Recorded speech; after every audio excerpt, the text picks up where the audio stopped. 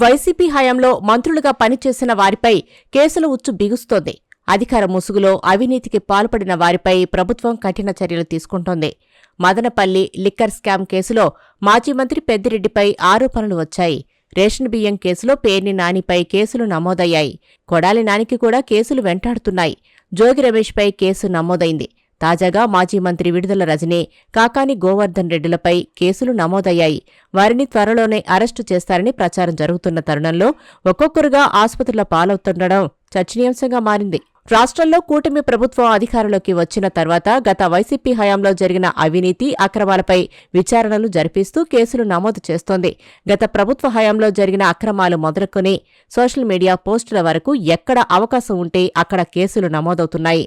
నెల్లూరు జిల్లా సర్వేపల్లి నియోజకవర్గంలో రుస్తుం మైన్స్ వద్ద గతంలో జరిగిన అక్రమ క్వార్ట్జ్ తవ్వకాలను సంబంధించిన కేసులో తాజాగా మాజీ మంత్రి కాకాని గోవర్ధన్ రెడ్డిని A4 నిందితుడిగా చేర్చారు.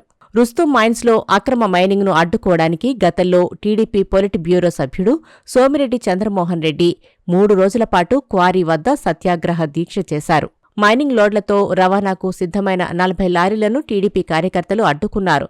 ఈ క్రమంలో మైనింగ్ వెనుక అప్పటి మంత్రి కాకాని గోవర్ధన్ రెడ్డి హస్తం ఉందని ఆరోపణలు వచ్చాయి.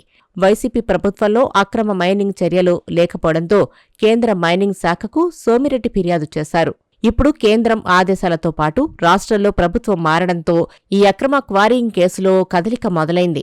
మాజీ మంత్రి, వైసీపీ నాయకురాలు విడుదల రజనీ సైతం ఏసీబీ కేసులో ఇరుక్కున్నారు. అవినీతి ఆరోపణలు, బెదిరింపులు తదితర అభియోగాలపై కేసు నమోదైనట్లు తెలుస్తోంది. అవినీతి నిరోధక చట్టంలోనే వివిధ సెక్షన్ల కింద ఏసీబీ అధికారులు, ఆమెతో పాటు ఐపీఎస్ అధికారి జాషువా, విడుదల రజనీ మరిది పీఏలపై కేసు నమోదు చేశారు.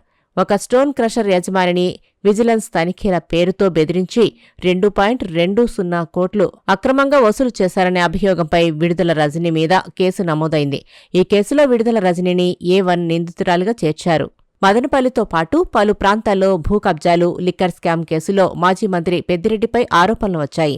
వాటిపై విచారణలు కొనసాగుతున్నాయి. అలాగే రేషన్ బియ్యం కేసులో మరో మాజీ మంత్రి పేర్ని నానిపై కేసులు నమోదయ్యాయి. కొడాలి నానిని కూడా కేసులు వెంటాడుతున్నాయి. జోగి రమేష్పై చంద్రబాబు నివాసంపై దాడి, అగ్రిగోల్డ్ భూములకు సంబంధించి కేసులు విచారణలో ఉన్నాయి. ఇలాంటి పరిస్థితుల్లో మాజీ మంత్రులు పలువురు జైలు బాట పట్టడం ఖాయమన్న వాదన వినిపిస్తోంది. ఈ నేపథ్యంలో మాజీ మంత్రి కొడాలి నానికి గుండెపోటు అంటున్నారు. ఆయన హైదరాబాద్ ఆసుపత్రిలో చికిత్స పొందుతున్నారు. పెద్దిరెడ్డి రామచంద్రరెడ్డి ఇంట్లో జారిపడి చేతికి శస్త్రచికిత్స చేయించుకున్నారని అంటున్నారు. గతంలో టీడీపీ మాజీ మంత్రి అచ్చెన్నాయుడిని మొలల ఆపరేషన్ చేయించుకుని ఉన్న సమయంలో అరెస్టు చేసింది జగన్ సర్కార్. కూర్చోలేకపోతున్నారన్న కనికరం లేకుండా గంటలపాటు రోడ్ల మీద తిప్పి అరెస్టు చేసింది. మరి కూటమి ప్రభుత్వం ఆరోపణలు ఎదుర్కొంటున్న మాజీ మంత్రుల విషయంలో ఊదాసీనంగా జాలి చూపిస్తూ పోతుందో లేదంటే చర్యలు తీసుకుంటుందో చూడాలి.